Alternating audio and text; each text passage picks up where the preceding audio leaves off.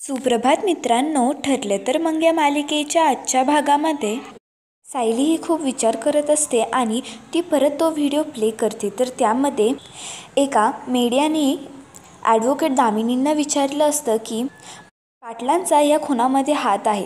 जर ते या केसमधून सुटले नाही तर त्यांना कोणती शिक्षा होईल. तर लगेच ॲडव्होकेट दामिनी सांगतात, जी एका खुनाला होती तशीच, एकतर जन्मठेप नाहीतर फाशी. तर ते बघूनच इकडे सायलीला टेन्शन आलेले असते. तर लगेच तेवढ्यात तिला अर्जुनचा कॉल येतो. तर ती बोलते की असा कसा अचानक कॉल आला. तर ती जेव्हा कॉल रिसीव करते अर्जुन तिला सांगतो, तू परत तोच व्हिडिओ प्ले करत होती ना. तर लगेच सायलीही सांगते की हो, पण तुम्हाला कसं माहिती? तुम्ही काही रूममध्ये CCTV कॅमेरे लावलेत काय? तर अर्जुन हा सांगतो की तसं नाही आहे, मी माझ्या बायकोला चांगलं ओळखतो म्हणून मला CCTV कॅमेऱ्याची पण काही गरज नाही आहे. आता तू तो मोबाईल ठेवून दे आणि स्वतःची काळजी घे. जर तू स्वतःची काळजी नाही घेतली मग मधुभाऊंची काळजी कोण घेईल? तर सायली सांगते की मी ओके आहे. तर अर्जुन हा सांगतो की ओके नाही, तू आता तो व्हिडिओ कधीच बघायचा नाही, परत प्ले पण नाही करायचा, तुला माझी शपथ आहे. तर लगेच इकडे सायली ही गोंधळून म्हणते की शपथ? आता काय शपथ दिली की म्हणजे सगळं संपलंच ना, नाही बघणार मी तो व्हिडिओ. तर लगेच अर्जुन हा सांगतो की गुड गर्ल, आता तू रेस्ट कर, मी ठेवतो कॉल. तर असं बोलून अर्जुन हा कॉल ठेवतो. दुसरीकडे इकडे तन्वी ही कल्पना आणि प्रतापला सांगत असते की आई बाबा, मी माझी बाजू मांडण्याची ना खूप प्रयत्न केला होता, पण माहीत नाही कसं झालं. तर इकडे लगेच प्रताप तिला ओरडत सांगतो, कसं नाही झालं म्हणजे?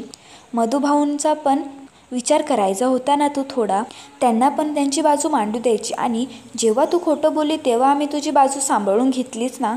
तर लगेच एक नाटकं करत तन्वीही सांगते की म्हणजे तुम्हाला असं बोलायचं की मी आता नाटक करते का? मला माहिती आहे माझी चूक, मी साक्षीसोबत राहिली, तिने मला पैसे दिले, तिला माझी सोबत दोस्ती कायमची ठेवायची होती, त्याच दोस्तीमुळे मी कायम तिच्या मागे लागत गेली. पण मला नव्हतं माहीत की एवढे पैसे घेतल्यानंतर एवढं काही होईल म्हणून, आणि ते सगळं साईडला ठेवा, पण मी खोटारडी नाही आहे. तर लगेच इकडे तन्वी ही रडायचं नाटक करते. तर कल्पना तिला शांत करते. तर प्रताप हा तन्वीला सांगतो की तन्वी, इथे काही तर कोर्ट नाही आणि इथे मी काही तुला जाब विचारलेला नाही आहे. माझं म्हणणं तुला फक्त एवढंच आहे, स्वतः चूक करून दुसऱ्यांना गुन्हेगार मानायचं कधीच नसतं. तर इकडे लगेच तन्वीही सांगते की म्हणजे ह्या घरासाठी काहीतरी चांगलं बोलायला गेलं तर त्याच्यामध्ये पण माझीच मिस्टेक दिसती.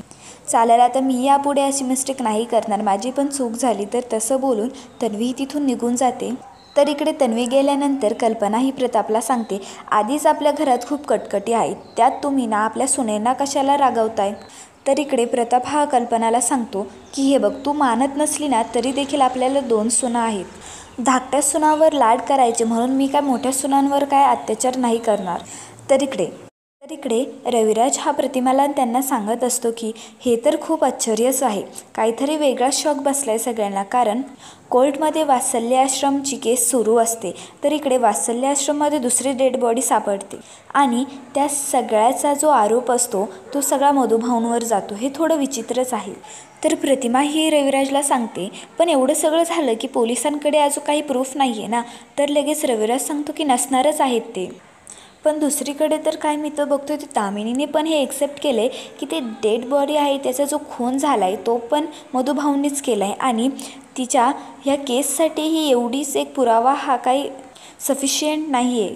तर लगेच सगळ्यांचे बोलणे ऐकून नागार्जुन बोलतो की हे बघ दादा, दामिनी एक खूप मोठी वकील आहे आणि ती जर असे काही बोलत असेल म्हणजे त्यामध्ये काहीतरी तात्पर्य तर असेल. आणि तसं पण जर एखाद्या माणसाने आधी एक खून केला असेल आणि परत दुसरा एक खून केला तर त्याच्यात काय आहे एवढं? तर लगेच ते ऐकून प्रतिमाही सांगते की मला तर मधुभाऊंकडे बघून वाटत नाही की त्यांनी तो आधीचा खून केला असेल. तर लगेच ते ऐकून इकडे नागार्जुन सांगतो की वहिनी, तुला विश्वास ठेवायचं की नाही याच्यावर कुठंतरी त्यांना न्यायाधीश लगेच दिला जातील. तर ते ऐकून लगेच इकडे प्रतिमा ही नागार्जुनकडे बघत असते. आणि कसं आहे ना, दिसतं तसं नसतं म्हणूनच जग फसतं. वरवर साधी भोळी माणसं दिसणारी ना, ती पण आतमधून ना क्रिमिनल, सेल्फ डिफेंडर आणि कोणी तर राक्षस रॅपर पण असतात. पण तू तर दादालाच विचार, त्याला खूप एक्सपिरियन्स आहे. तर लगेच रविराज हा सांगतो की मला यावर पण विश्वास बसलाय आता की जोपर्यंत कोर्ट हा त्याचा निर्णय देत नाही तोपर्यंत इंटरनेट तर इकडे सगळेच व्हायरल करून देतात. पण ते खरे असते की खोटे असते कोणाला काही माहीतच नाही, पण प्लॅनिंग खूप मस्त केलेलं असतं. नक्कीच अशाच प्लॅन करून तो मृतदेह तिथं आश्रममध्ये ठेवला. ती पण खूप मोठी प्लॅनिंग असेल. तर इकडे नागार्जुन लगेच सांगतो की दादा असं कोणी कशाला लगेच प्लॅनिंग करून तिथे तो मृतदेह ठेवला आणि कोणाला करायचं तरी काय भेटणार आहे त्यात. तर लगेच इकडे रविराज सांगतो की त्यामध्ये तर खूप प्रॉफिट भेटणार, कारण मधुभाऊंना अचूक अटकवण्यासाठी तो तिथे मृतदेह ठेवला आहे आणि तो मृतदेह तिथे ठेवला आहे म्हणजे सगळ्यांना असं वाटेल की तो मधुभाऊंनीच खून केला आहे आणि ती डेड बॉडी तिथे लपवली आहे. पण मी आधी माझं मत मांडण्यासाठी मी आधी सगळे डिटेल्स चेक करून बघतो, नाहीतर मी आता लगेच पोलिसांकडे जाऊन बघतो. तर लगेच इकडे नागार्जुन हा मनातल्या मनात विचार करतो, आता तर दादा खूपच त्या मधुभाऊंच्या साईडला गेलाय. जोपासून तन्वी ही कोर्टमध्ये खोटं बोलायला लागली तेव्हापासून दादा हा अर्जुनसोबतच राहायला लागलाय. जर अर्जुन आणि दादा एकत्र आले तर त्यांना माझ्याकडे यायला टाईम नाही लागणार. तर इकडे अर्जुनने सायलीसाठी चहा आणि त्याच्यासाठी कॉफी आणलेला असतो. तर लगेच इकडे सायली सांगते की तुम्ही का आणायचं, मी खाली येणारच होती. तर अर्जुन सांगतो की तू इथून उठावं नाही ना म्हणून मी आणले, पण बाय द वे तसं तुझा चहा हा विमलनेच केला आहे म्हणून डोंट वरी, तू घेऊ शकतो. तर इकडेच लगेच ते बघून सायली सांगते की सगळे माझी किती सेवा करताय आणि बाबा पण माझी किती सेवा करताय. त्यांनी तर आज त्या प्रियाला माझे पाय चेपायला सांगितले होते. तर लगेच इकडे सायलीही सांगते की बाबा तिला बोलले की तुला जर एवढीच अवस्था तिची बघवत नाही आहे तर मग तू तिचे पाय तर चेपून दे. आणि लगेच ते ऐकून 15-20 मिनटं तन्वी माझे पाय चेपत होती. तर लगेच ते ऐकून इकडे अर्जुनला धक्का बसलेला असतो आणि तो हसत असतो. तर अर्जुन हा सांगतो की तसं ना तुझ्या पायाखाली ती पाय चेपवायची ना तेवढी तिची लायकी पण नाही आहे, पण जाऊ दे, डॅडीनी चांगले केलं आहे, चांगलं तिला पाय चेपवायला लावले, बरं झालं. तर लगेच इकडे सायली सांगते की तेच सांगायला मी तुम्हाला कॉल केला होता. तर अर्जुन हा सांगतो की पण तू जो व्हिडिओ तेव्हा बघितला तेव्हा जे सांगायचं होतं ते विसरूनच गेली. तर सायली सांगते की हो, पण आता तुम्ही ते सगळं जाऊ द्या आणि आता पुढे काय करायचं ते सांगा. तर अर्जुन हा सांगतो की घरी आल्यानंतर मी तुला हेच सांगणार होतो की आपली एक पॉझिटिव्ह डेव्हलपमेंट झाली आहे. त्या डेड बॉडीच्या फेशियल ट्रीटमेंटसाठी आपल्याला ती परमिशन पण भेटली आहे. तर इकडे सायलीला काही समजत नाही. तर अर्जुन हा सांगतो की म्हणजे आता बघ, त्या डेड बॉडीचा चेहरा काय आपल्याला दिसत नाही आहे, पण आपण टेक्नॉलॉजीच्या हेल्पने त्याची चेहऱ्याची जी शेप असतो तो चेहरा आपण परत मिळवून घ्यायचा.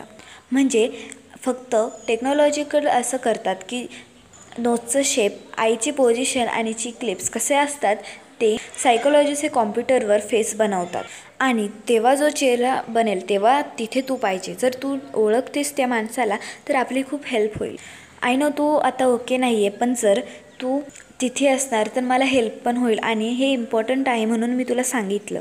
तर सायली सांगते की मी आता बरी आहे आणि आता ना तुम्हाला जेवढी मदत करायची तेवढी मी करणार.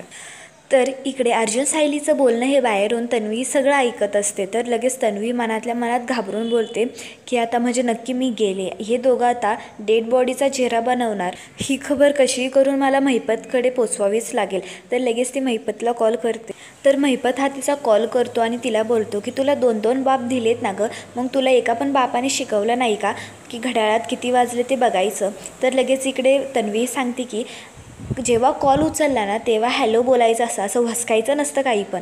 तर लगेच इकडे महिपत सांगतो की चिचुंद्रे तुझा एवढा रात्री कॉल उचलला ना तेच तुझं नशीब सांग आणि कामाचं बोल. तर लगेच इकडे प्रियाही सांगते की कामाचंच बोलायला फोन केला आहे.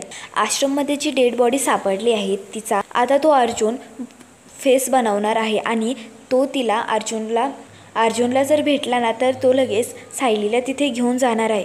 जर सायलीने त्या माणसाला ओळखलं तर तिची ओळख पटून जाईल. तर लगेच इकडे महिपत सांगतो की मग काय. तर लगेच इकडे तन्वी सांगते की मन काय, तुम्हाला समजत नाही का, कळत नाही का ओळख पटून जाईल, किती इम्पॉर्टंट गोष्ट आहे ही. तर लगेच महिपत सांगतो की म्हणजे आता ते चेहरा बनवणार म्हणजे कोणाचा पण घसा, नाक, म्हणजे कोणाचं पण काही चिटकून देतील आणि बोलतील की हा माणूस आहे. तसं पण तो खून जो केला आहे त्याचा आरोप तर त्या पाटलावरच लागणार आहे. एवढी भंगार खबर द्यायला तुम्हाला एवढ्या रात्री फोन केला का चिचुंद्रे, ठेव फोन, असं ओरडूतच तो फोन ठेवतो. तर इकडे मनातल्या मनात तन्वी बोलते की आता मीच जे काही करायचं ते करते, मला सायलीचे पाय चेपायला लावले ना मग बघाच आता अर्जुन सायलीच्या पायाखालची जमीन कशी ओढून घेते. तर दुसऱ्या सकाळी सायली ही चपात्या करत असते आणि पोळ्या करत असताना ती विमलला सांगते की तो डबा घे गं जे ऑफिसला घेऊन जातात हे तो. तर इकडे विमल हे चपात्या भरत असते. तर पोळ्या भरत असताना विमल ही सांगते की आज कोणतं दुसरं पीठ वापरलं का. तर लगेच सायली ही सांगते की हो, आपण इंडिपेंडन्स चक्की आटा वापरतो, त्यामध्ये जे न्यूट्रियन्स आहेत त्यामुळे चपाती एकदम मऊशीर होते आणि चवला पण खूप स्वादिष्ट लागते बरं का. कसं आहे ना विमलताई, हे ना आता महिपत आणि साक्षीचा ना तो चेहरा कसा उतरवायचा ना त्याचं काम करताय. तर विमल ही थोडी पोळी खाऊन बघते तर लगेच ती सांगते की हो ना वहिनी, ही तर तोंडात गेल्या गेल्यास विरघळून जाते. तर सायली सांगते की हा चक्की आटा ना जे आपण ती पोळ्या बनवतो ते 5-6 तास एकदम मऊ राहतात आणि त्याची चव पण बदलत नाही, म्हणून दिवसभर माणसाची ना तोंडावरची स्माईलही जात नाही. तर लगेच विमली सांगते की म्हणजे अशा कुरकुरीत आणि मस्त फुलफुलीत पोळ्या बघून ना अर्जुन सरांचा पण खूप मस्त दिवस जाईल. तर दुसरीकडे इकडे सायली आणि अर्जुन हा निघतात. तर सायली सांगते की असं कॉम्प्युटरवर काही पण बनवता येतं का. तर अर्जुन हा सांगतो की काही पण होतं आता. तर इकडे तन्वी ही हॉलमध्येच बसलेली असते. तर इकडे सायली ही विमलला सांगते की आम्ही बाहेर जातोय, म्हणून तुम्ही प्लीज मधुभाऊंना नाश्ता आणून द्या आणि त्यांना सांगा तिथेच आराम करा.